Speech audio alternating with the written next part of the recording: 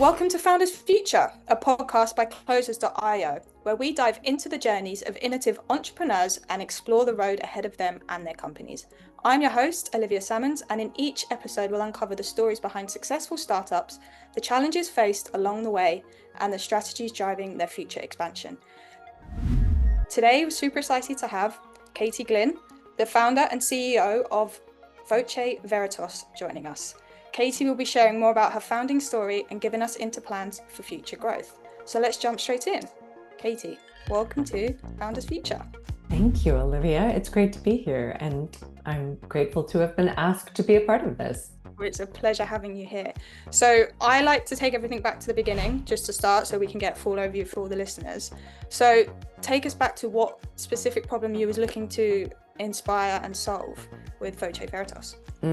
So when I was in the founding phases of Voche Veritas, it was the recession of 2008. And I actually was a freelance coach at the beginning of my career. I had begun coaching in 2005 in Chicago. And the work became scarce. And where I was working, the woman who I was working with, she said, why don't you go out and think about doing your own work and forming your own company? And I didn't really feel like I had the wings to fly, but I took her at her word and started looking into what is it to found a company? How do you go about it? And I feel very fortunate in that I have older siblings, and my brother, Jack, he had just written a book and had a side company called Nano Veritas, which is truth in small things. And I had the idea that I wanted for people to find the truth in their voices. That's a literal and a figurative thing. And so I named the company Voche Veritas and started branching out and looking for clients who needed presentation and presence coaching, and thereby started working with people who were leaders, and got very lucky in that there were CEOs and people who I happened to know who were interested in this type of work and who were interested in the way that I was presenting it to the world. And that is how it started. It was a slow roll because, of course, it was the recession, but here I am, I don't know how many years later. Technically, I started as a coach in 2005, so 20 years later, but about 18 years now since forming the company itself. Lovely. Yeah, 18 years is strong. And the recession was a tough time for a lot of people.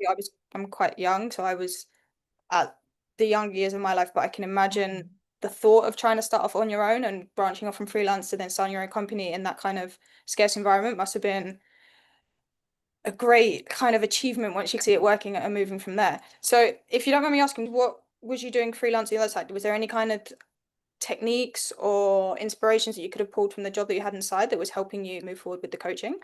Absolutely. Yeah, the IP belongs to other companies. The techniques that I had in place and the coaching that I do is directly based on the work that I do as a performer. So I am a classically trained actor, and also I have been teaching. So when it comes right down to it, coaching is teaching in the corporate sector.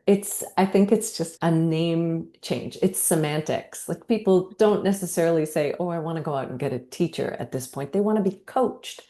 And I think it's an appropriate semantic and word change because there is the game that we're all out there. There's the hustle and what we're playing at in life.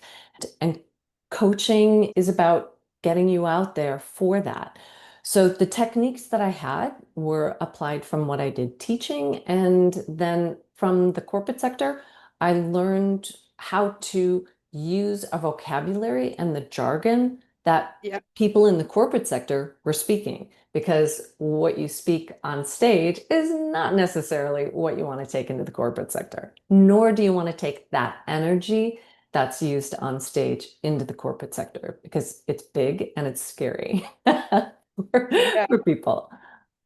100%. And yeah, much as you said, drawing from the inspiration of acting, what you're saying from a script or in front of a camera is not necessarily what you'd say in real life. So I can really Right. see the resemblance moving through there. And coming from myself, a sports background, we use the word coach a lot, and I would consider Yes. coaches exactly the same as teachers. So yeah, marrying the two together. So walk us through the offer a little bit. What exactly is it that you do with your clients, and Yeah. who are you trying to sell it to? Obviously, corporate people, but how are we going about Yes. Yeah. Ultimately, I my favorite thing to do is to work one-on-one with people, whether they are business students who are just starting out in the world, entrepreneurs who, like myself, once upon a time, starting a company, or seasoned professionals who are at a crossroads or feeling like they're getting feedback that they are just not able to put it together and make the leap into what is being told to them to make the change. So I'm a sounding board and I help them digest that material and take it to the next level. So I also, I'll just say, I do work with larger corporations and I can build out courses for larger groups of people. But my real jam, I like working in smaller groups and I like working one-on-one because I think real results happen there and then it filters out.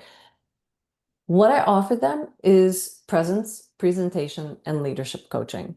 And it? that comes down to what now over the years, I feel like I have a really clear 5-point practice. And it's based on breath, posture, gesture, content, and mindset.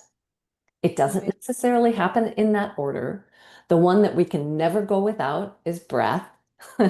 And it's a methodology that has come together based on both what I do in performance and what I have witnessed and watched people in the corporate sector, what their needs are, and what they are able to digest in terms of the coaching that they need. And you being from a background of sports, I think you probably can digest all of those things as well. That breath, that your posture, that your mindset, those things are all important in the quote unquote game that we play. And that's how I approach the work. 100%. And I like the bit that you touched on. I think it was slightly earlier when you mentioned how working with one-to-one people, you build leaders. So you don't need to necessarily coach the whole thing if you start from the bottom up. It's like a ground root syndrome, if that Yeah. makes sense to you. Yeah, Mhm. 100%. So how, obviously you mentioned you start with people straight out of business school, people already in Mhm. the corporate world, we're at all brackets. So how do you go about acquiring customers at the moment? Where are you finding the best channels and methods that have been most effective? Do you know the most effective has been word of mouth? So if I have worked with somebody and then that person passes my name on, because that person has a direct experience with how I work and move in the world. I have also found that some of my best clients have come because they have done research, they have looked at my website, they have instinctively felt that I am a good fit. Yeah. I have taken the time to do free consultations with them and said to them, take your time, give it some consideration, look around at other coaches. They come back around to me, we work together, and not only have they been really incredible clients and soared in their work, but they also have been lifelong connections and I would even dare say friends. So those are the people who I work with. And then they say, you know what, we need you within our company. Or I know another company that needs the type of work that you do. 100%. I find when we speak a lot with coaches and founders, the referral kind of system does build that trust a lot more Mhm. closely. And then, as you say, it moves on and you regress from there. You did mention you're doing discovery calls beforehand. Is this you conducting the discovery calls as well? Or do you have a team of people behind you? What did the background look like? Yeah, no, I actually, this is a very I do in my performance life, I do a lot of solo shows, and most of my work is solo. As a coach, I do farm, this is going to sound strange, but I farm myself out. I do work with other, what I'll call agents. So I work with other companies. And so my name gets out into larger pools by virtue of working with other coaching companies. But the work that I do on my own, again, comes by word of mouth or people who just know me in the field. And might sound a little woo, but oftentimes calls literally feel like they come out from nowhere. And all of a sudden, there is this beautiful flood of work or connections that come. And then off I go to the races. And I trust that process deeply. And it's how I work artistically. And it's how I've come to work as a coach as well. So I don't have anyone cold calling for me. And I very rarely do cold calls myself. In fact, I don't know that I've ever done one. Well, you don't need to jump on the cold calls just yet. So how long do you typically spend with a client when you're doing these one-to-one coaches? Is it over a long period of time, or do you mainly burst in over a year? How is it? That's interesting. It does depend on the client themselves. Generally speaking, I would say I start out with typically about an 8 hour package, 6 to 8 hours. One, because I don't think that people, generally speaking, need more than that to have a jump start to what's going on. If they need more than that, then sometimes they need someone other than me, or they need a compadre of coaches. They might need some different types of things that friends of mine can fill in. I may say, this coaching friend of mine can help you out, and then therefore it becomes a subcontracting situation. But I myself really like the idea of working with somebody and then setting them go so that there isn't really a dependency in the coaching situation. Yeah. They need to learn these skills so that they are independent and that they become self-aware enough that they coach themselves. If Wow. I were coaching them into dependency on me, I wouldn't feel that was ethical. No, 100%. It's a short-term thing. Yeah, it all comes back to, I'm relating it to sport. It's where my mind goes straight away. But Yeah. if you need a goalkeeping coach, you bring in your friend that's a goalkeeping coach and you focus on that solely. But you need to learn the skills and the bases to then progress yourself. We're on the same page with that one. Amazing. Yeah. So And then if you have a tough yeah, game, come back to your coach and yeah, work through that block. but But don't be going back to the coach time after time. You've got to have time where you're working on your own and getting on your own feet. That just makes good sense. yeah, amazing. And I suppose, where do you see the progression taking yourself? What do you see the next 12 months looking like for you? It's interesting. I feel like I am at very interesting crossroads in my life. My husband and I have just built some space literally right behind and above me. We now have what we're calling the art sanctuary. And what I would like to do is to bring in clients, one-on-one clients for retreats into that space. So if they're Amazing. working on TED Talks, or if they are in a transition, or if they are entrepreneurs and they're launching their company, I would love for them to take the time to come to southeastern Minnesota. I live in a town called Lanesboro, and to come here to not only recreate, but to recreate themselves and then create a new pathway. And this type of coaching that I do will have elements of creativity to it, but will also have the rigor of the coaching practices that I've laid down over the past 20 years. But within this really glorious green space that is Lanesboro, Minnesota. So Amazing. it's a new formulation that not only will take care of me, but I think will draw in a new type of leader that puts the priority on self-care and vision for the future. 100%. It's that kind of Lex elevation.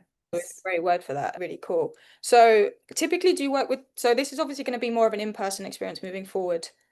is the plan. So now typically do you work remotely with clients, or is it mainly in person all the time, or do you like to mix it up? I love mixing it up. I love a good sense of travel is always good for me. In fact, I leave for Chicago tomorrow, and I'm very excited about that. And also, the way of the world, I think that it's very important that we take care and that we travel mindfully. Even you're living in Spain right now, just reading the news that the glut of tourism and even business travel is putting a strain on various cultures. And I want to be very mindful of that. And we have the tools and the technology to work with people globally. I love working with international clients, and the ability to be able to work with somebody, say, in Delhi, India, or in China or New Zealand. Yeah. There's nothing like it. And to be able to do that with the facility and the ease without travel is truly amazing. That keeps the cost low, it keeps the connection real and vital. And we're teaching skills that are utilizing technology, I think, in a safe and a vital way, but isn't making us so reliant on AI that we're taking the heart out of what we're doing.